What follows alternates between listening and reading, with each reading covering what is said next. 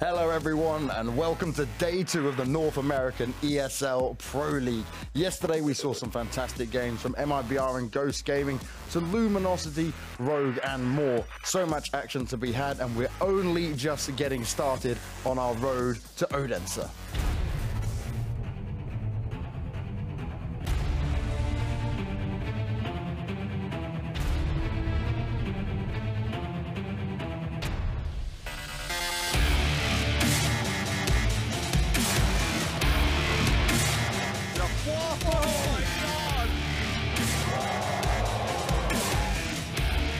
Down for Nitro, gets the ace! The only one sees the shadow, gets the shot, gets the follow-up. It's target practice for Fur. 3 players in, Zipex comes through. Astralis, they've done it!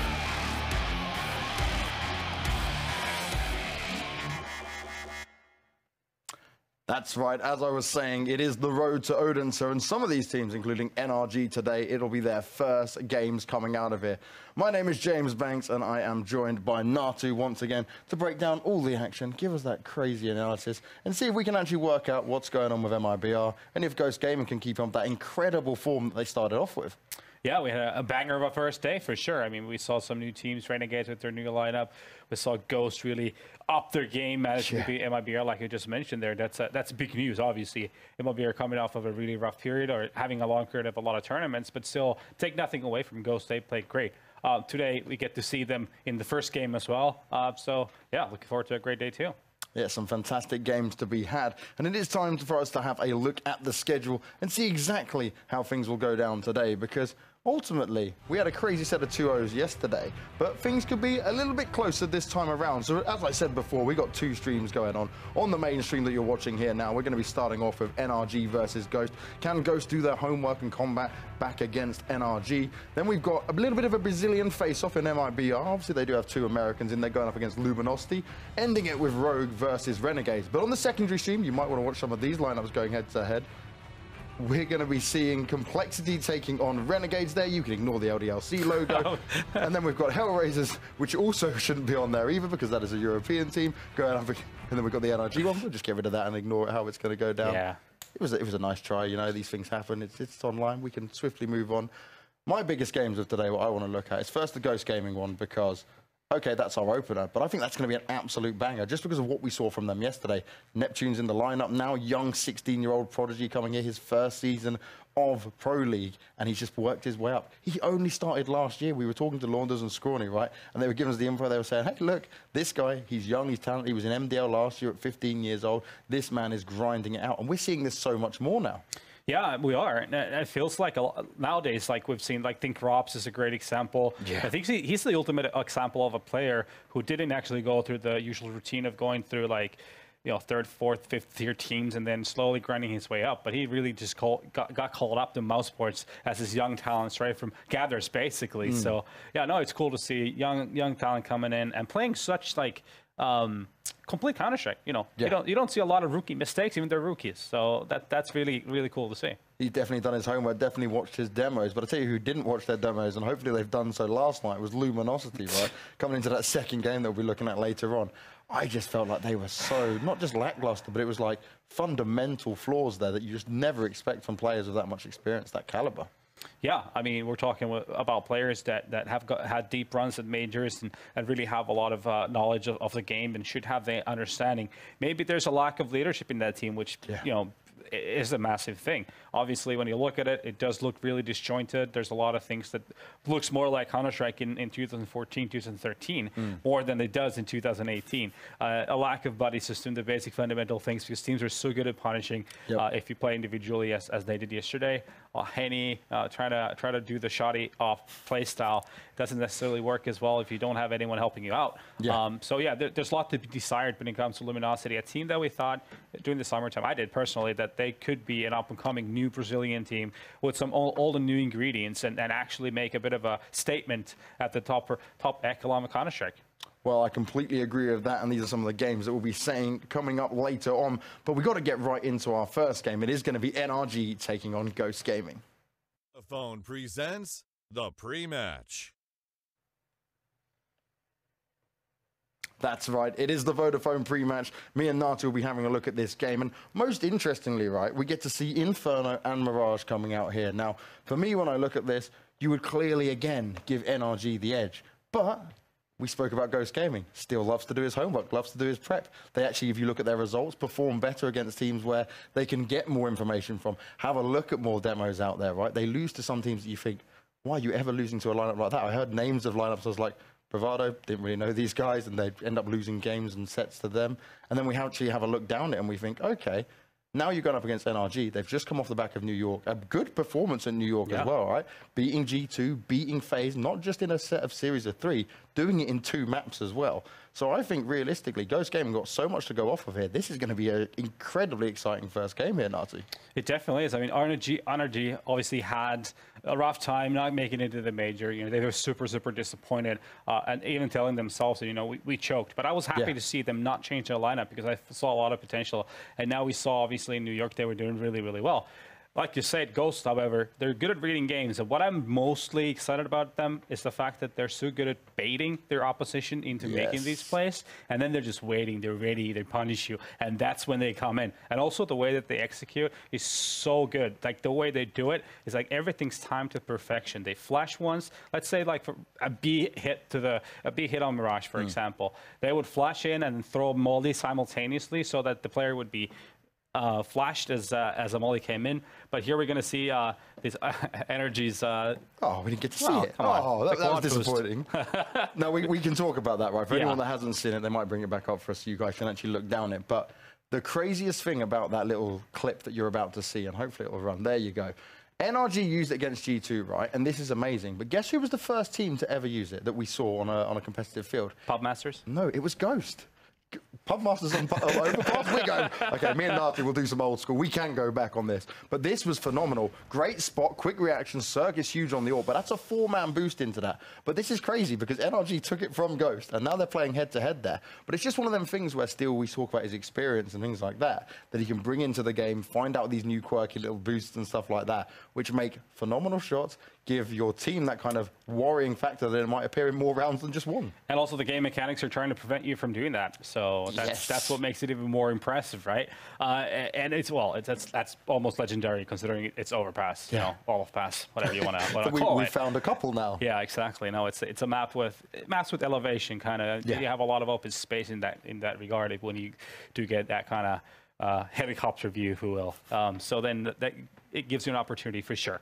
But yeah, no, I think this matchup definitely has some spice into it. It's super hard to really judge whether or not, you know, Ghost is going to be able to fight back because NRG does look good. But judging from yesterday, Wardell was playing lights out. He was hitting some crazy shots. I haven't seen that many quick shots connect in such consistent basis in a long, long time. Pop Chris J. Well, I mean, the exception to the rule. That's once in a lifetime thing. That's the Chris J. So I hope he's going to take that and enjoy that and cherish that moment for the rest of his career. Now, Inferno is the first map that these two teams will be playing. We've seen NRG play this, right? They had a semi-good game, I think. You watched the Mouse Sports game that they played? Okay, Mouse Sports 2-0'd them, made it to the grand final in New York, not a problem. But it was still a 16-12 scoreline. And you've got to remember with NRG, so many of these players are still very young. Like, Daps maybe the more veteran member there, right? He's the older, kind of leading the team. But a lot of these guys are so young where being on a stage like that is just absolutely crazy. And kind of the same thing for Ghost here with Neptune being so long, right? But now we're in the online side of things, you've got the home comfort. So to me, NRG shouldn't be making any mistakes here that we saw on the big stage. Yeah, I mean, Neptune, as you mentioned, is a guy who, like we said, he's super young, but also the way that he played yesterday, we saw that clutch he had on Cash. He smoked off highway, basically going into a forklift and playing around and winning against MIBR. I was going to almost say SK then. MIBR in such a fashion. Like I said, they play like these young guys playing such complete Counter-Strike is so cool to see. And him being able to, in a 1-on-3 situation, the pressure is enormous, obviously, when you're a young kid. But him just being able to seize the moment and take the opportunity, super cool to see. Well, I'm going to seize the moment of you finishing up that little talk on that Neptune, a young player out there. And we've got a little video to take a closer look at this young man. Turning 16 is a big deal. Some people get a driver's license, some throw a Sweet 16, and then there's the lucky few who join the biggest esports league in the world. Jason Neptune Tran did just that. Being only 16 years and 18 days old, he hasn't been allowed to join the big CS events before hitting his 16th birthday. The reason? Most countries don't allow participants in adult tournaments under the age of 16. Has Jason been upset with that? Well, you'll need to find out yourself. After his 16th birthday on September 15, he's now finally allowed to join the Ghost roster as an active player, where his first games ended as a 16-6, 16-14 win against Made in Brazil. So Neptune, what are you made of? 16 years young. Smoke, AK. Some of the best players in the world lie ahead. He's not gonna move, he's just gonna hold his ground. Molotov may force his feet, but next to the smoke he'll stand, and it starts with a kill towards Furry, dodges the bullets just beneath it. This would probably be the biggest clutch of his life, if you think about the opponents he's facing. And that's what makes this so unlikely. He's gonna start to wrap these CTs, and timing could literally get the best of them. Neptune, he's gonna go for the third one, and he nails it!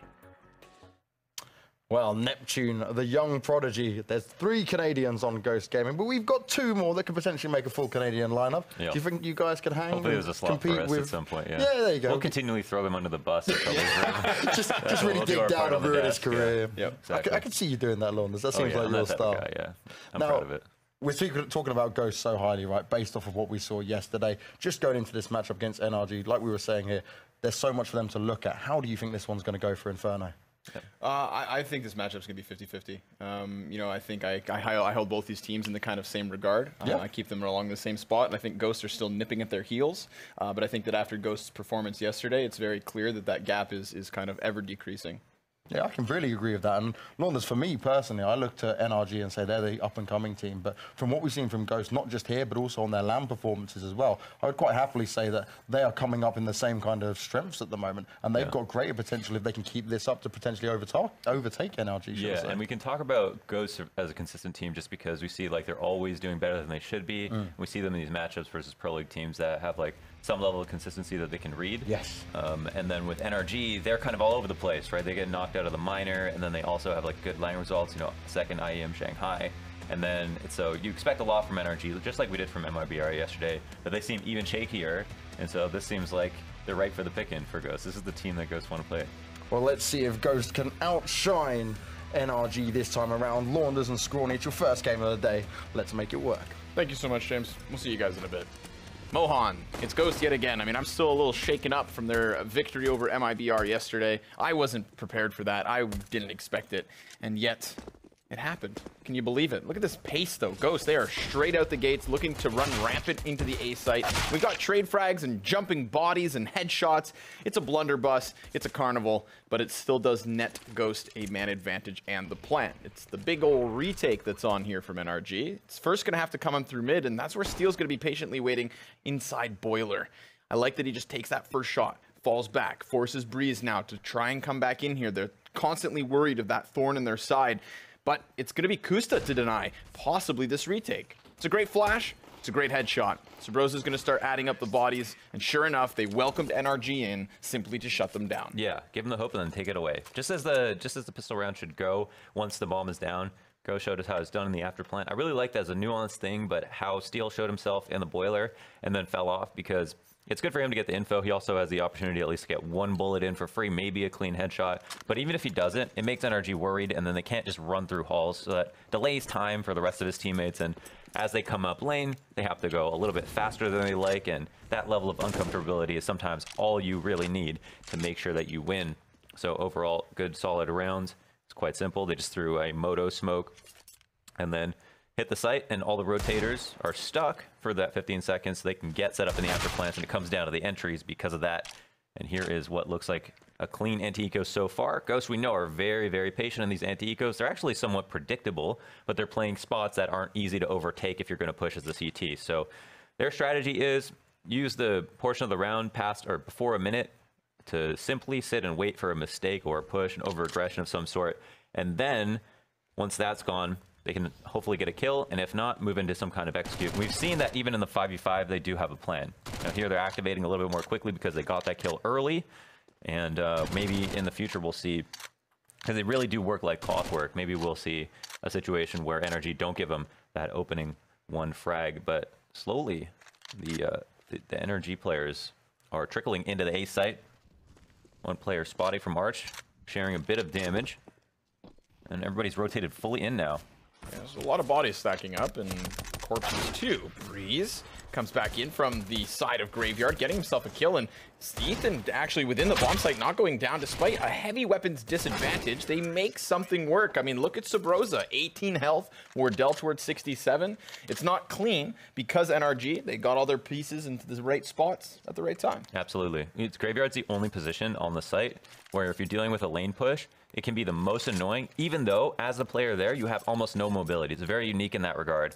And so Breeze in that situation, obviously getting the 2 deagles is one thing, but just staying alive for so long means that you never want to get caught holding W. You never know when that head's going to pop up. You never know when they're going to try to take a shot, and that's kind of your first threat. And if you don't deal with him, then you move into the pit, site crossfire, plus that. You know, you've got kind of the cross.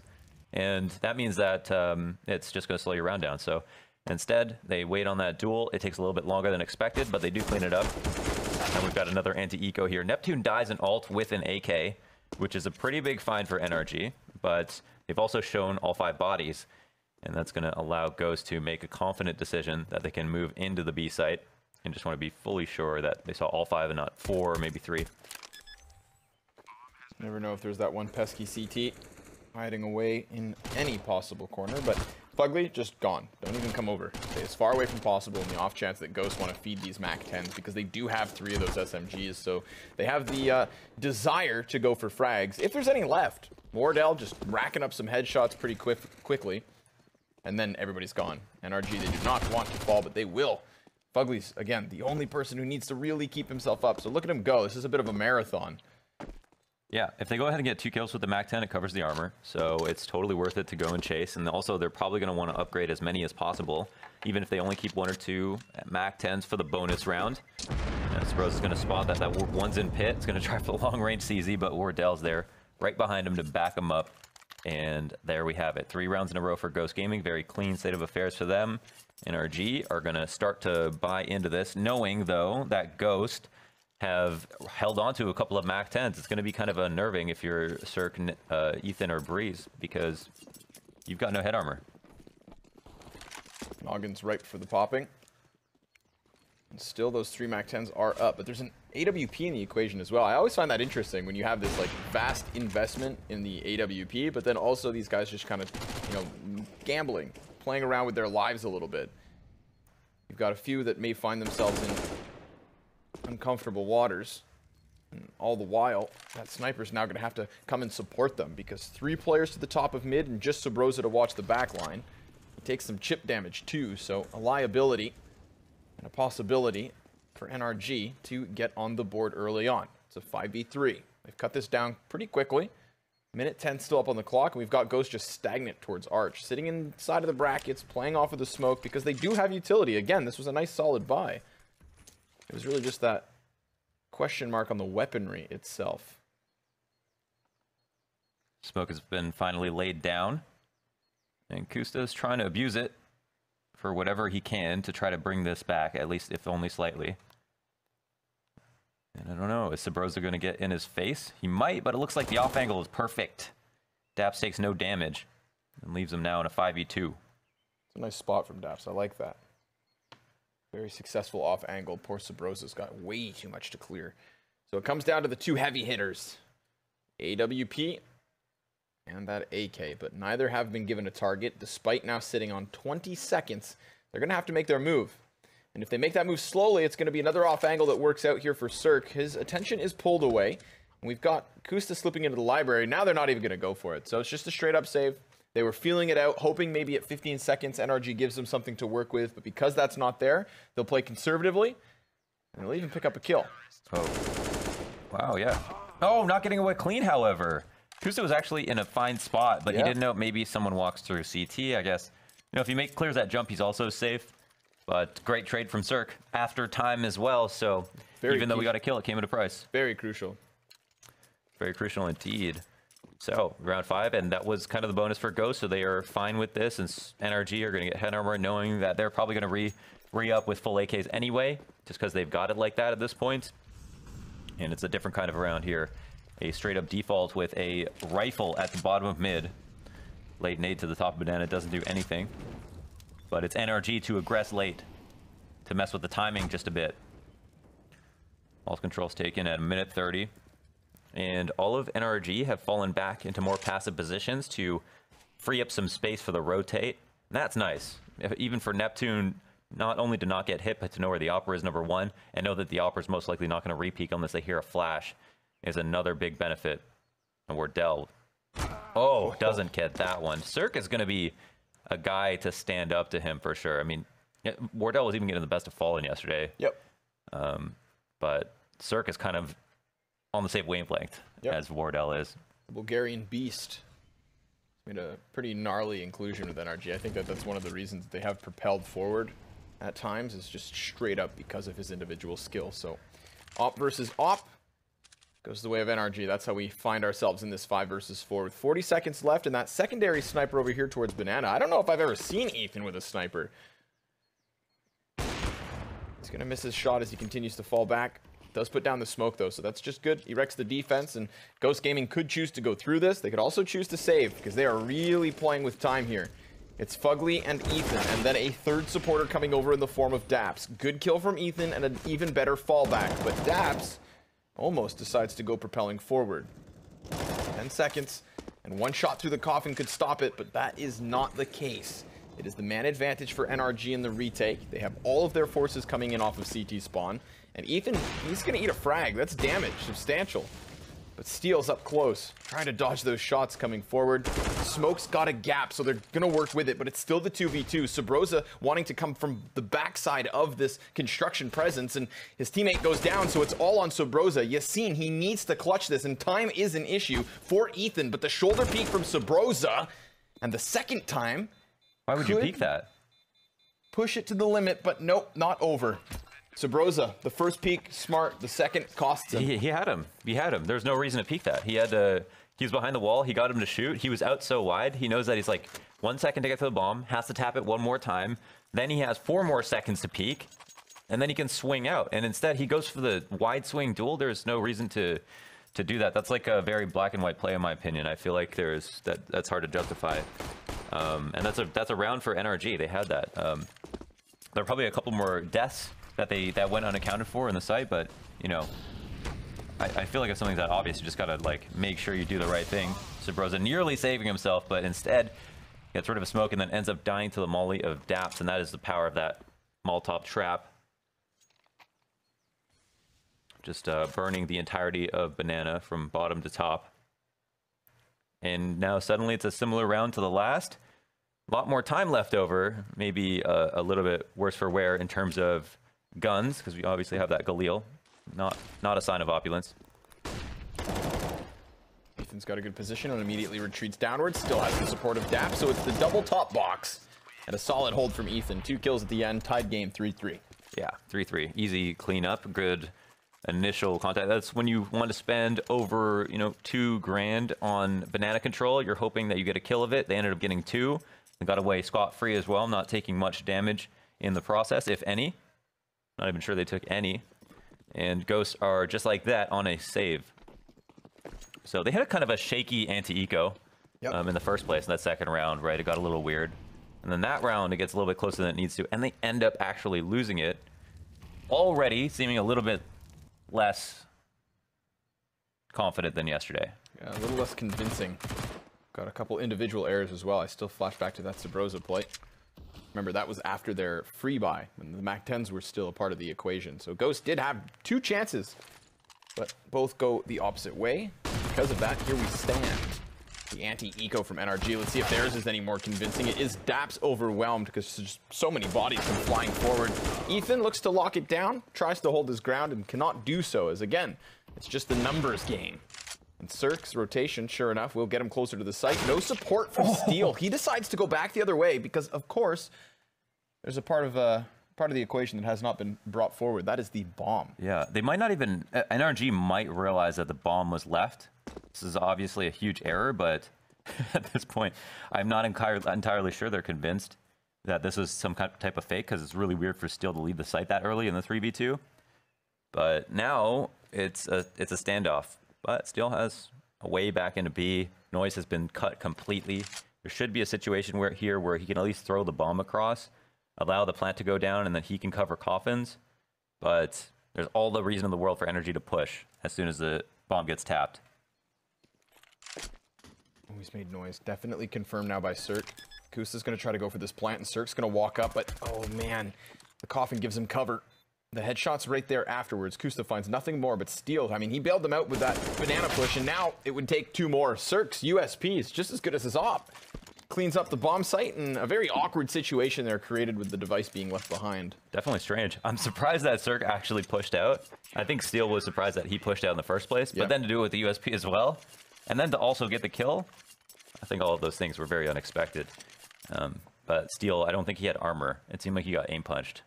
Maybe it was, I don't know if that was a force or not. Yeah, it seemed like they've now got the money to put into armor and all of the extra trimmings.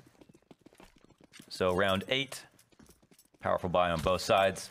Cirque kicking things off with a nice bunny hop, getting a forward aggressive position at mid, but as soon as he's flashed, will fall back, as you should. And we see Ethan once again, a new look, having him up. I don't think I've ever seen him up as well. Yeah. I mean, we didn't have eyes on him during ESL New York. Maybe it's been at least a little while. You wouldn't think that coming into the online season it'd be thrown forward, but I'm just speaking historically. Don't recall. It may just be the double op setup that they want to play on Inferno as well. But it's 2 headshots pretty swiftly from Ghost Gaming. That's going to definitely crack open the A site. And NRG, this is one of those moments where you're so far gone and A crumbled so quickly that you know the rotates aren't near. And with that all in mind, this save is tantalizing. Especially considering how consistently they've been investing into that double sniper. You know that takes a toll economically. Absolutely. It's one of the biggest money dumps ever, especially if you don't win the round. And here's a way that they can not only buy into the round with the double op, but then get away with it too, even though they lose. So I absolutely agree. They were so far away, and it's not the ideal situation, or not the ideal weapon to go for a long walking retake off of as well. Kusta's going wide, and he actually picks up both op kills just as they decide to reposition. Wow. A little bit unfortunate there for NRG. Actually, a lot unfortunate. This would have been a whole different round, I feel like. They've got the ability to buy 2 ops again, but they've got to drop Daps. They've got to drop Breezy. I don't know. That might not be wise. They're still going to go into the investment regardless. So it will not feature the double sniper setup. It's going to have 2 pistol players instead. To go from double snipers to double pistols, that's never too fun.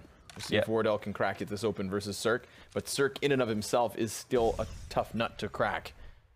We're going to get the duel. It is right here on mid, and Cirque gets him again. Consistently now winning that op fight and consistently establishing a 5 versus 4 to the favor of NRG. Absolutely. And just picking a smarter way to approach mid, obviously. There's not much that Wardell can work with because he's just as close from both walls. But Cirque made sure he was far enough back that he could be the one to encroach and get the kill. So at this point, it would get a little bit strange, come down to timing. Kusta lets the upshot ring off. 4 to 5, though. Minute on the clock. And Ghost Gaming are going to pack it up, move back to B. And we've seen this before. A straight-up B entrance. They had a good entry. That other round, I think it was with Fugly and Steel. Or, excuse me, not Fugly and Steel. It was Fugly and maybe Ethan, where they entered by going through the smoke, but one on each side of the smoke to make the spray transfer as hard as possible for Fugly. Got the nerve-wracking creep up. Finally, a little utility comes out. Not that it's been pulled by anything other than timing. Ghost unannounced. Staying true to their name. Looking to creep into this, looking to haunt the B-bomb site. NRG now with the flurry of grenades after the fact because Sabrosa tries to push forward. Kusta does get himself one, but there's just so many angles and so many choke points. It was Daps with that CZ. I mean, we talked about the pistol being a limitation. He turns it into a tool and makes Ghost look like a bunch of fools as they tried to walk past those smokes. Cut down and denied. Yep, and that's exactly how you want to play your smokes whenever possible. A lot of times teams will throw a smoke down, they'll just play far back. They don't even see people jumping through it. They're just using it as a preventative measure when in reality, if someone's coming through it, you have a big advantage to fight them. And I like that Daps would just perch it up on the corner to catch them as soon as they come through. And he's also a little bit more expendable because he has a CZ. So instead of having 3 players in the site that might not be able to trade, instead use him as more of a mercenary, get out right in their faces, and obviously not have to have such bad damage drop off for a CZ. if you are going to be far away. So now back to business for NRG. They don't want to do anything fancy. I don't think Ghost have earned that out of them yet. And it's at this point, it's quite passive for the TT side, but Ghost have had a lot of trouble trying to take top mid successfully. That's one consistent feature of their T side that needs some repolishing. Yeah, I feel like one of the biggest reasons is that Cirque seems to float around this direction. I mean, this time he's changed from porch side over towards arch, but constantly floating here. Kusta's going to try his hand at cracking it open.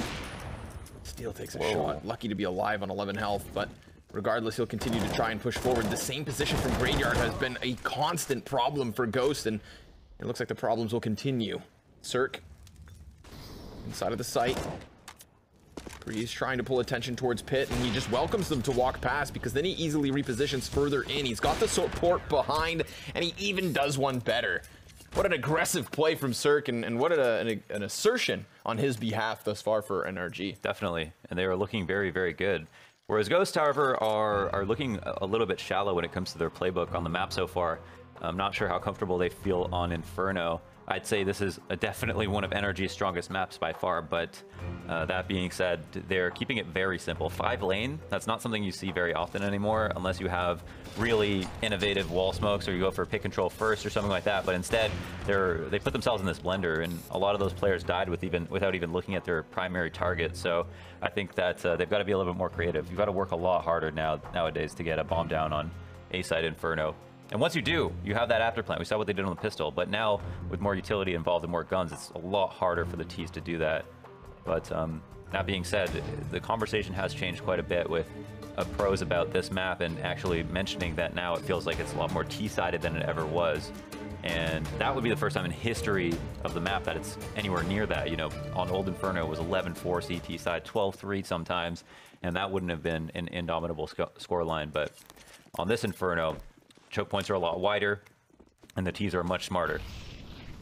Nice grenade. Talk about that timing with the early utility usage, so consistently damaging the offense, but Kusta manages to just blast straight past the corners. Ethan caught, trying to just soar back into safety, but Fugly, I believe, has been spotted from Steel. Oh, and instead of chasing him for the kill, they're actually just going to walk right by. This is so smart. I love that. Really sneaky. It's going to get them the plant, you would think, unless they can also lock up the kill. Breeze shuts them down.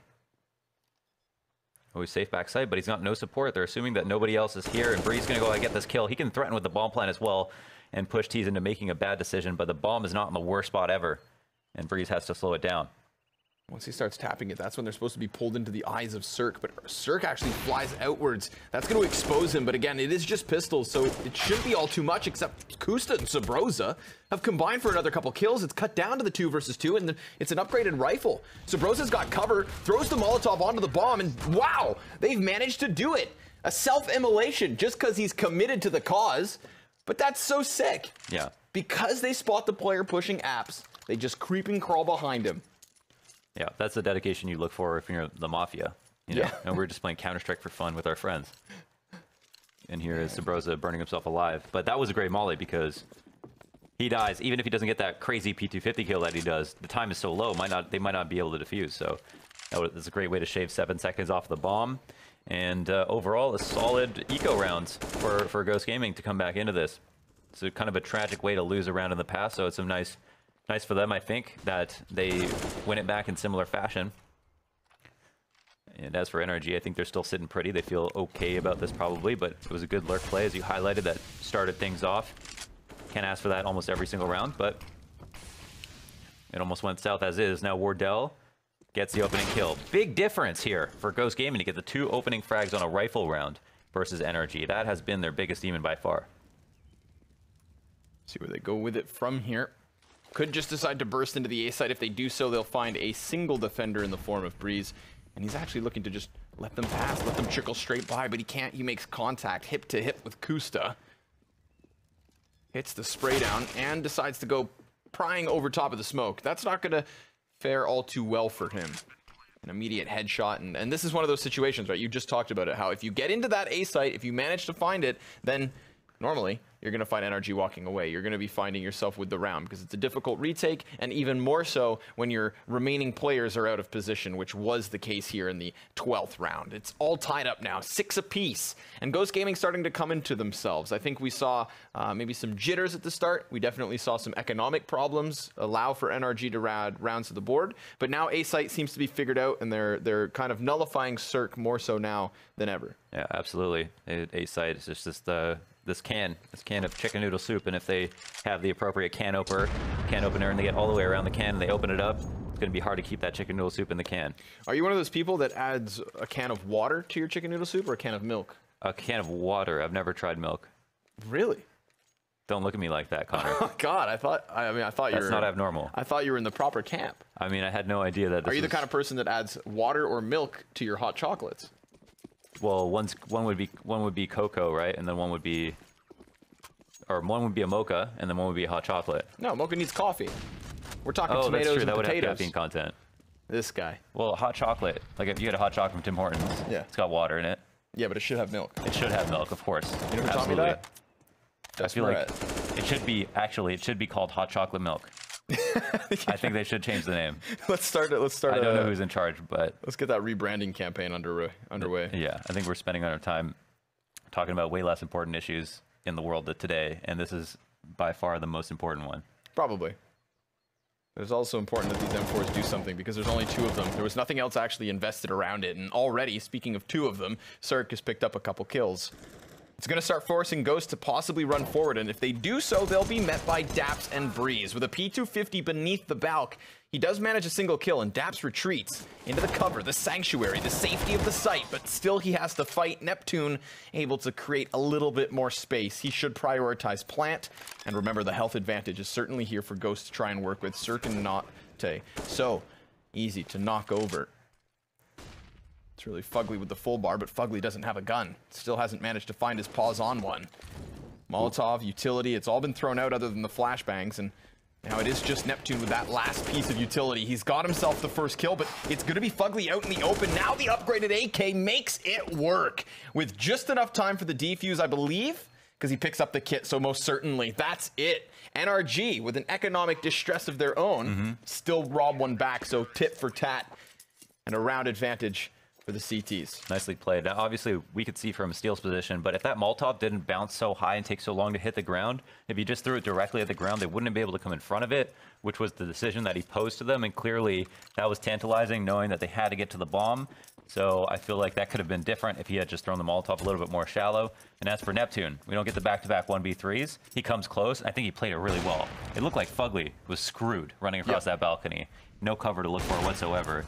Cirque misses a flick. It wasn't a big flick, but it was far away. Man, Kusa just flying forward, manages to catch them both off guard.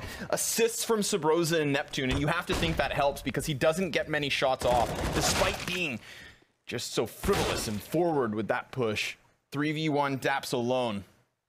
Rotates over from the B site using Archway as his passage of choice. But now the plant safely, you'd think. Seems like they're actually still a little hesitant here. Not entirely sure where he could be up to. Yeah, this is a team that has... Whoa, this is not the time for a replay. This is a team that has PTSD from putting the bomb down too early and having someone capping in the corner, so they don't want to let that one slip. But because they decided to do a fast strat and they left a player at stairs the whole time, it was totally unexpected, I feel like, for Sabrosa to be all the way back there to make sure no one could flank from Banana. So good foresight to keep him in that position. And it's funny because that's like very common to have like a 4-1 setup like that, but you don't often see that on Inferno. I think it's just because of how many chances you have to die as terrorists coming up on the site. Strats almost always involve all players. But that was a great insurance policy, and definitely to decentivize the rotate enough, the retake enough, excuse me, that now Daps is just sitting at the bottom of mid before the bomb has gone down, and we had one player from Ghost Gaming just die. It might have been Kusta, almost got away. It's because bomb was planted for library, so he is in CT spawn thinking he was safe. And in reality, he goes down. That was so ballsy from Kusta. I love how rapid he just runs forward. Didn't expect Breeze, and maybe he could have gotten even one better. But again, those assists really help. So nice little team damage helps Ghost tie things up 7 apiece once more. Someone needs this last round advantage. And the question is, who's it going to be? If you look at the guns, you'd think Ghost. The crazier things have happened. Both teams already successfully winning rounds when they have the disadvantage, so you cannot write anybody off. And the utility is good for NRG as well. Very crucial on Inferno. We always talk about that because I don't think it can be stressed enough. You can play with the timings. You can screw up executions. And you can prevent splits, which are very crucial. But it's also crucial to keep your head up. And if that Coffin player oversteps his stay, may be ripped clean off. Wardell hoping to find a pick. I don't think he's found as many today as he did last night. Will they pop in a flash through this? Or is Zap's going to wait for it to dissipate? Oh, yeah. Big flash. Great timing. Just like Kusta's play in the previous. They find them with utility in hand, unprepared for a push. And there is that second rotator over. Remember, Cirque, while being cut off from smoke, will try to cover Coffin with his teammate.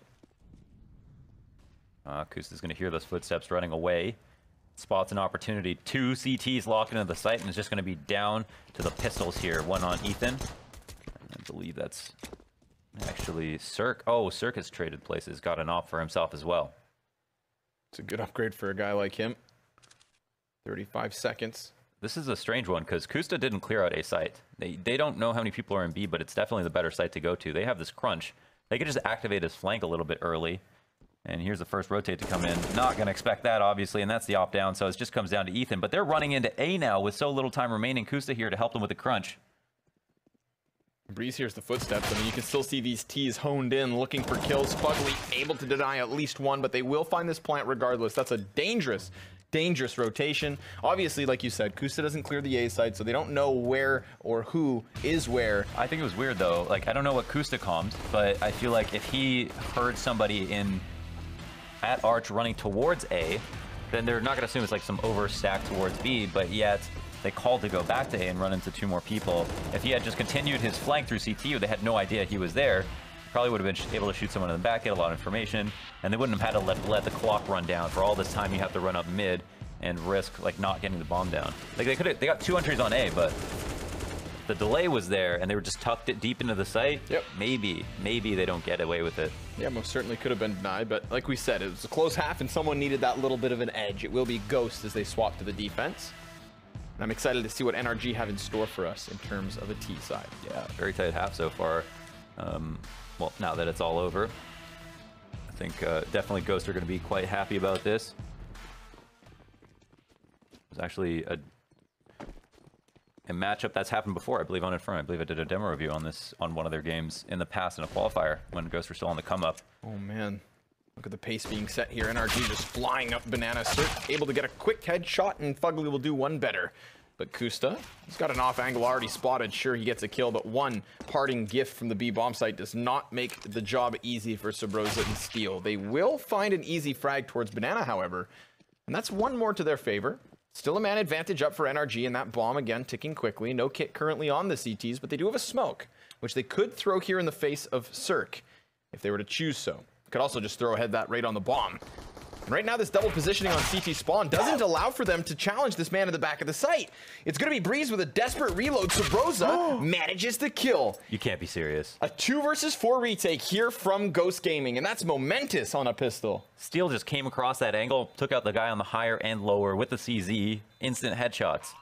I thought that boost was guaranteed win for NRG. Love their after plants there. Yeah. It was the ultimate crossfire. Quad is impenetrable, and you can pick from both sides. It's where everyone goes in the 1v1 for the most versatility.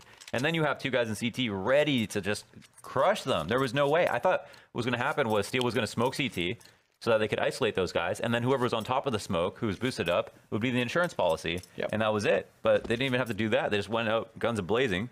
And somehow Ghosts win that round. That's an unreal pistol round recovery.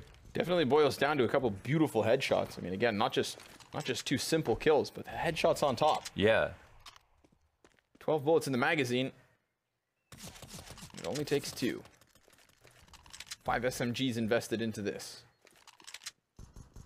Always scary in Neptune's position, but as this player, only having an MP9 is fine. They're going to be willing to run through, try to get kills, and everybody has bought SMGs. I like that. That shows confidence. Going to be playing side by side towards Boiler, jumping and chasing Daps as he tries to retreat. Everybody's looking to just find cover now because those MP9s are like a garden hose. Yeah. Just lead all over the place, and even through smoke grenades, you're so susceptible to the kills, especially so when you have no armor.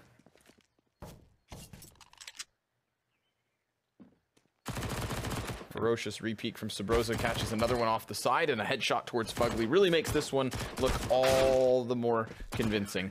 It is finished off by the MP7, so a little variety here, a little spice in our lives. Actually, the MP7's little brother. That's true. Yeah. It's a family affair. So that's a pretty decent round. And again, they don't have to worry about rebuys so much. Wardell goes ahead and picks up the op right away, whereas NRG are on what they can live with. They have a Galil, they don't have nades, they don't have an op. So significant disadvantage, even though that this is a round where Ghost Gaming have 3 SMGs. I would take the utility over these guns that the terrorists have any day of the week. Wardell, open line of sight, does a bit of damage. Nope, I called that incorrectly because his teammate is Steel, and that's the guy who got damaged. This is a big one. They're deciding to just wrap around that corner. I mean, you see this 3 versus 3 that could have unfolded towards Banana, but you'd think generally maybe 1 or 2 kills go back the way of Ghost. They get completely swept under the rug. 3 deaths, no success. NRG with a B site. Incredibly important for NRG to have won this round and confidently. It sucks when you lose to SMGs. You know they're going up against a bonus round. You realize you're at the mountain come back in the first place, and now you can't even do this when they don't even have everything they want. So that'll be good for their confidence for sure, and also their economy, which is maybe a slight bit more important. So Wardell is still here to poke and prod around, flailing his scope, looking for targets. But they're all tucked into the bomb. 2 players on a manhunt, and he's in no man's land. Do you like how adventurous he's playing this? I think he's worried about the big flank. It's one of the situations where... Sorry? It said Worried Dell. Worried Dell, yeah. What was the other one? What's his name? John Ottman? Who's that? What's his name? Who's John Ottman? No, his name's Bowman, right? Matthew Bowman. Yeah, Matthew Bowman. Matthew Ottman. Hey, he's actually managed to clear that flank. I thought he was doomed the way that they were wrapping him back, but nope. Wardell stays standing and even puts a little bit of damage versus NRG, which is fine. Remember, Ghost, they had so many of those SMGs still in this round. It was that full purchase from NRG. So despite winning, they've lost more, some would argue. Yeah, so we go to match pause. I think Breeze has got some NA internet and is lagging out a little bit. So I think he's going to rejoin in just a minute here, which is probably good news, as we would like to definitely get this game underway. But what's a little online CS without a couple of internet connection problems? That's the big change for me when it comes to casting LAN events and then casting online CS is you know, there's never internet issues at LANs. Yeah, I mean, there's sometimes the entire LAN goes dark. That's true. It's much more extreme, right? Yeah. It's not I'm just going to reset my modem. It's like, hey guys, this entire block of our country. Yeah. It's like you picture that modem from South Park where they just unplug it and everyone's internet goes out. The giant. And then, you know, the apocalypse begins at that point. Exactly. He is back in though, so not too big of an issue, right? You ever get technosis? What's that? It's when you are like separated from like your phone or like device for too long, and then you start getting a little bit like antsy. I wouldn't say that ever happens to me with phones. Okay. I think I'm pretty good with it when it comes to phone usage, but what's your poison? Yeah, if we're on the road for a little bit casting, I'm itching for PUBG. PUBG a little bit. You know, yeah. It's been 2 weeks. I'm fine, but you know, talk to me at the end of the month, and we'll see if I've clawed my eyes out. For the sake of entertainment, of course. Of course, yeah. Because who would do that if they didn't enjoy it? So the counter smoke comes out, just cancels out the first one, and allows Ethan to get up to logs at least a little bit more safely. And Wardell, I feel like they're playing with fire doing this to Wardell.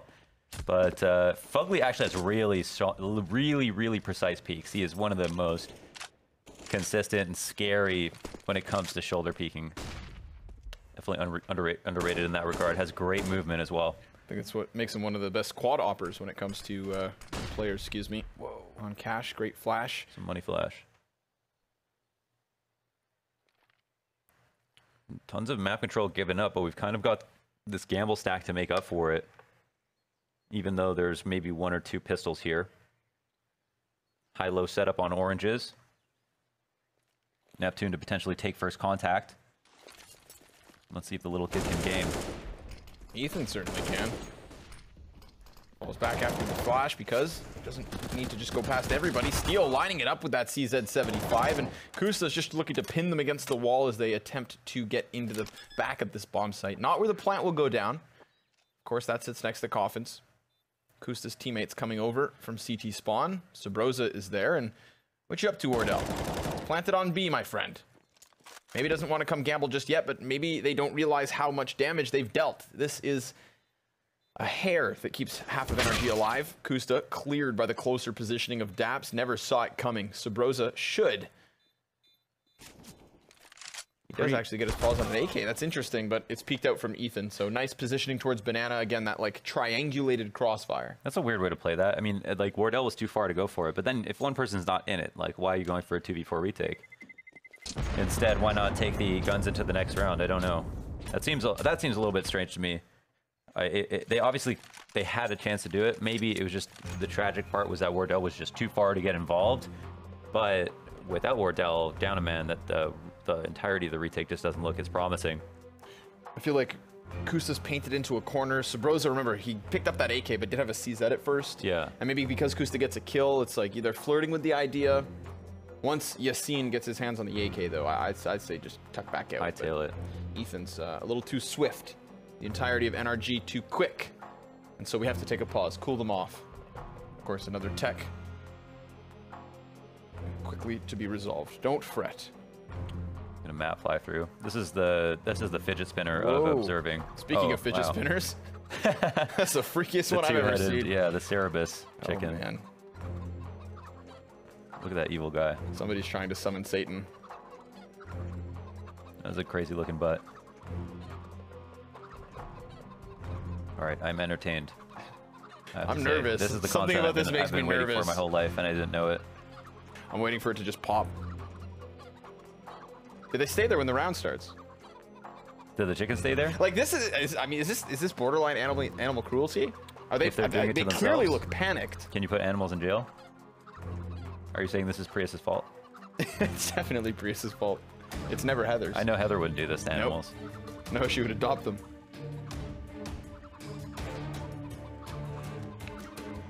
At the end of the day, it really is just all about chickens. If there was so I mean, speaking of two-headed animals here. Oh, I'll save this question for another time. Does somebody destroy it as they walk by? Put it out of its misery, please. Which one do you kill, though? You know, that's the hard part. I mean, I think if you separate them, then they both go down. You know, brothers in arms or wings. I wish we had seen that wallbang headshot. Looks like it came off the left side of middle.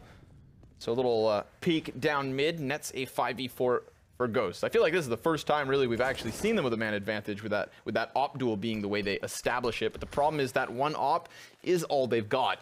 It is USPs around it. Vanilla as can be. Still successful as Neptune, catching Daps as he did not expect a player to be there. But this should still facilitate the plant. The bomb is inbound, and as is the entirety of Ghost Gaming. They look to come barreling forward, and Ethan cuts down one already. They're gonna push. Oh, they've actually got a pretty strong position. Kusta might have been able to get out of that. Instant headshots, though. Ugly. Now the back pillar by Emos has been taken. He's put into an awful spot. His head exposed. The op still up. And there's two in the equation, actually. Sabrosa and Wardell. But Fugly goes on the offensive, and he tries to get around these corners, which he does. With the bomb ticked halfway, Sabrosa's on the chase. And remember, there is no kit for him to defuse. He needs this kill, and he nails it. He gets the best of Fugly, and with 4 USPs, using that one op for the first frag, it is Ghost, hold your breath, to get the round. That was a very nice way to play that round from Sabrosa. Just not falling for the shoulder peek was a big thing. A lot of oppers pulled the trigger a little bit too early, and Sabrosa's not even a primary opper, but yeah, just to make sure that you don't ever bite on it. And you'll always be rewarded with a proper peek, especially in a situation, wow, with a boost there, with a wallbang flick all the way from downtown. But yeah, that was a good 1v1 from Sabrosa for sure. And it looks like them chickens are still going, actually. I feel bad, yeah. I do. So, what do we have to work with? NRG having just lost that. Wardell misses another shot, actually. Just to follow up after that retake. Made from Sabrosa, but he's caught chucking out utility. Circ up close and personal. Kicks in his teeth. Steal. He's going to allow these players to pass. God, he definitely hears all the footsteps, but he needs to nail the timing now. He's right amongst them. Executes Breeze from behind and swaps into the AK. Gets himself the flanker too, but there's another. Ethan comes barreling up from mid. Neptune goes charging through smoke, and that is to his demise. 11-10, the lead being cut back, and we've got an incredibly back and forth match. Yeah, it couldn't be any closer, obviously. Just tit for tat on this scoreboard. And interesting to see, like, Wardell obviously being a figurehead of the team and just missing a couple of kind of sitters in these last couple of rounds. I mean, there were flicks involved, but we just expect so much out of him, obviously, at this point. And I thought we were going to play a little game of tic-tac-toe.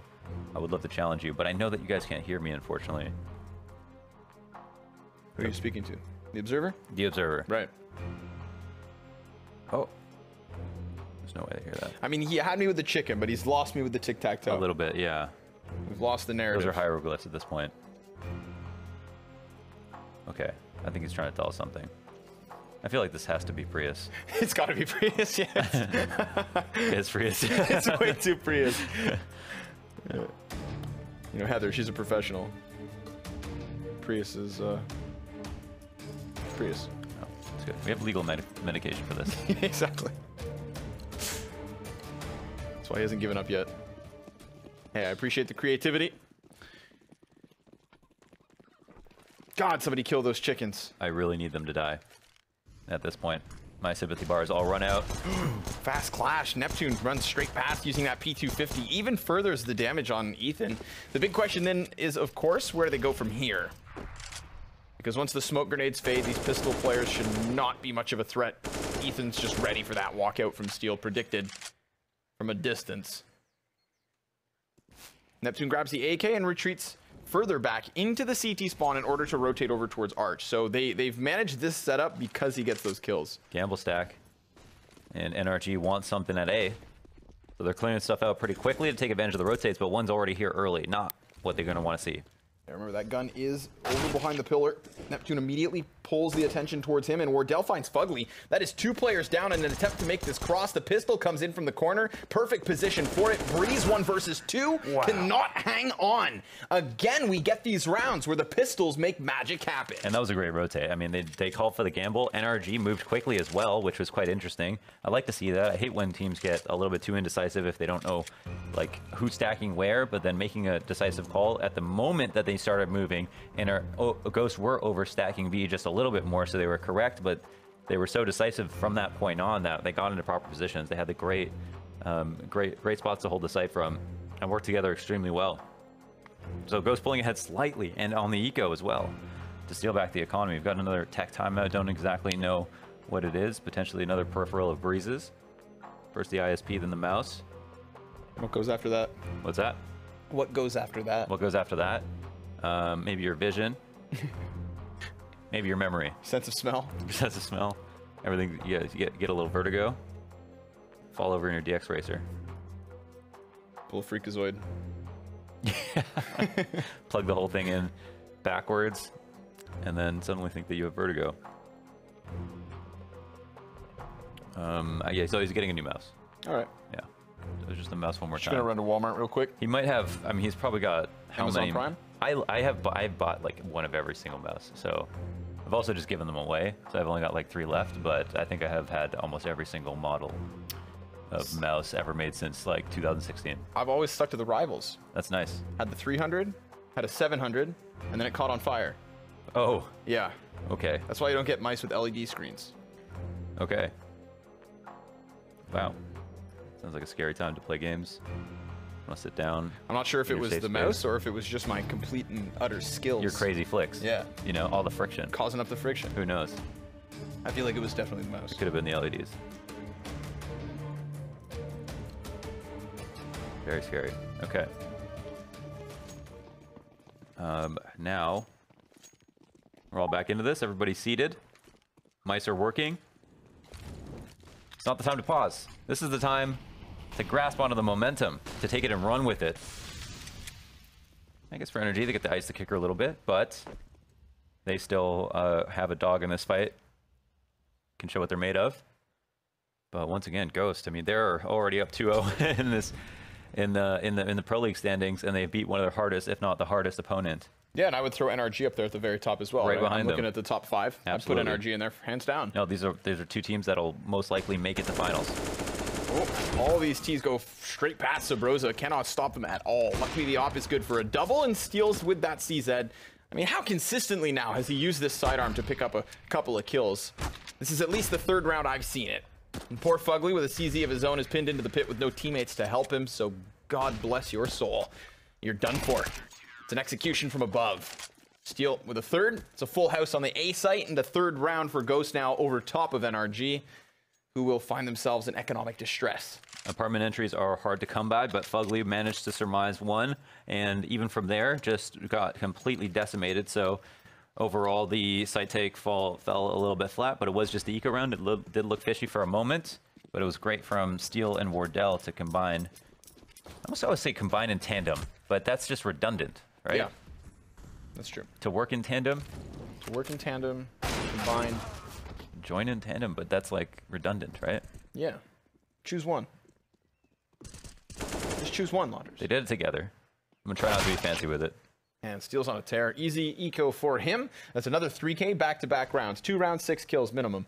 He could even catch Nate if he sniffs him out. Ooh. Hey. 2 chances, neither connect. Neptune's going to seal this one off, and that AWP can be retrieved if they were to so choose. 14-10. NRG falling behind, but at least they've got another doorstep buy. here. This could be it. This could be it. We're at the top of the behemoth. It's all downhill from here. We've climbed Goliath. So, initial couple of nades go to the top of Banana, but they're traded back. And Daps will be forced to pull out the smoke. I'd keep that in hand just for a moment more, because you never know with this sporadic smoke or sporadic Molotovs how far they'll actually go, but it doesn't matter. They have channeled him into a very particular spot and then dealt with him with the impact grenades. I wonder if that Molotov's intentional. Absolutely. To not spread that far. Oh, I mean, if it spread far enough, that would have been great too, but he dies either way, right? Kill him. Kill him with kindness. The Canadian IGL is down. And we've got Kusta up on top of the box, ready for the repeat as Neptune. Nice double frag here from Ethan, just dismantling that B site. He loses his teammate over the shoulder, but it's still the 3v3. And Breeze wants to extend that man advantage, but in going for his additional peak, he's managed to lose his life. Luckily for NRG, that bomb very quickly working its way up from Banana. It will plant itself on the B site most certainly. And at the moment, Ghost, they're all coming from that very same direction. Even though we see NRG preparing for a CT rotate, there's not going to be anybody there. Yeah, they pick up another smoke as well, so Steel can refresh the CT smoke if they want to come in. Last time he didn't use it from this spot when they both came double Banana, so I don't know if that'll change now, but a great way to isolate fights. Ugly Flash has to allow these CTs past, and Wardell instantaneous with his headshot. It is traded from Ethan, so he's sitting on 3, could nab himself the house. If he manages an ace here in this round to keep NRG that point closer, it would be fantastic. But Sabrosa just dodging shots. He pulls the Matrix and will secure it for Ghost. That is overtime at the least, folks, and 5 rounds to try and pull this back. That is tilt-inducing for Ethan. He actually had that. He had Sabrosa. Like, that was like a few taps, too. He played it extremely... He didn't leave it up to any RNG. I mean, there was still some in the taps, obviously. And from that distance, maybe that was the culprit. But he tried to minimize the risk by doing that a few times. You know, I don't know. That's pretty crazy that he missed that. It would have been a nice 1v3 to keep him in the game, and I definitely think that there's a world where Ghosts don't close out, so that's big. Molotov getting missed is big as well. Sabrosa making the most of that, and that is NRG playing themselves. Ethan even punishing Steel for trying to get himself down mid. This leaves it all on Wardell in terms of an A defense. He is utterly alone until Neptune arrives, and the stars align. He rails Cirque to the wall, but he loses his teammate. And again, just too many targets to try and focus in on. He shall leave Kusta 1v3. NRG with a plant, easily taken.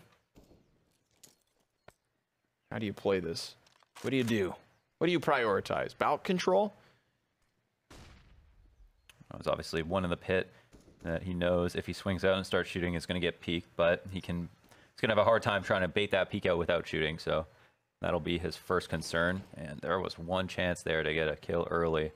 They're already assuming he's going to save. It's a situation where, I mean, it would still be hard to go for, but it's not out of the realm of possibility in there. I guess he wanted to maybe throw a Molotov and just run, I suppose, or potentially jump out. Who knows? To me, it looks like he's trying to deny the save, but throws the molly a little too early, so it never even goes off. Yeah, it definitely would have been a good idea. But NRG live to fight another day. A couple of ops dropped. Kusta and Mordell will join it. Will in tandem. How do I incorporate this word? Just let it go. Oh, I'm gonna have to. While in tandem. You'd be Kusta and Wardell. Pause. In tandem. In tandem. Pause. Then you continue. All your right, we're throwing a pause. That's a word too. It's a strategy, a technique, and so is that. The wall bang slams Sabrosa into the side of the balcony exit. Steel up close with a pistol yet again. Has done this before, but not this time. Man advantage up. Rotations over and a flying MAC-10. As vicious as a goose. Mordell sidelined. Clotheslined. And sent packing. Nice up close shot. Proximity not going to be a problem, but the bomb plant certainly will be. This is 15-12 if I've ever seen it.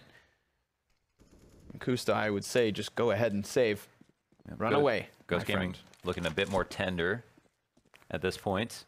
They have lost the double op buy-in, which is a big risk to take economically, and just because now you have given it to your opponents who might not have otherwise had the idea to pick it up, even though Cirque will... It's always on his mind, obviously, if you're that good with an op that you are expecting your teammates to prioritize one for you. And this time, Christmas comes early. Cirque gets his, everyone in good save spots. Kusta at least is able to keep one of them, so it's not the worst economic hit possible. But now 3 rounds the difference for NRG to bring this into OT, map 1 of day 2 of ESL Pro League here in North America. There's one thing that North America is, it's exciting. Yeah, that's certainly it. It's unpredictable, too. We've seen a round like this picked up by Ghost Gaming. Remember when Wardell had an AWP and then the 4 USPs around him? Well, this is Kusta's turn to shine. Or does he go straight away? Solo B setup. Last time we had that immediate mid-peak, so they found a 5v4 very quickly. I think Kusta's going to try to do the same thing, but in close proximity, he manages to hit Daps, so he finishes him with the sidearm. That's nice. It's the first step for Ghost Gaming. Now it's all in the calls. Yeah, we've seen the stack pay off before. When NRG went down a man, they went directly towards A. I think this is what Ghosts are hoping for. Kusta, while would be able to have impact and maybe get 2 kills if he's really good, only has the op alone, so will fall victim to the utility for the most part. That's a very important kill. That opens up the lane for Boiler players to come around. And they are going to push in. Sabrosa finds one in the sky. That's such a superb headshot. Another crossfire now with the pit. Not like this. With only a couple of guns, they've managed to make the magic happen. Ghost Gaming will cut it down early. 2 rounds like that, Launders, they pick out of nowhere. That one was beautiful. Fugly just decimated. And the AK retrieved from Steel. Wow. Just wow. The loot delivery right into the pit. That was a beautiful shot from Sabrosa. Definitely game-changing. What a match that was. I mean, unfortunately, it ends on an eco for NRG, but in exciting fashion nonetheless. And Coaster 3-0. 3-0. That is so unreal. And again, you look at the standings and you say, all right, these are our hard targets, and then these are the maps that we're expected to win, right? And they've already beaten some of their hard targets. Yeah. It's bewildering at times. I think what's also crazy to think is that this is actually Steel's first season of ESL Pro League, so let's see if him and the boys can find a 4-0 start. It's versus NRG up next, and you're not going to want to go anywhere.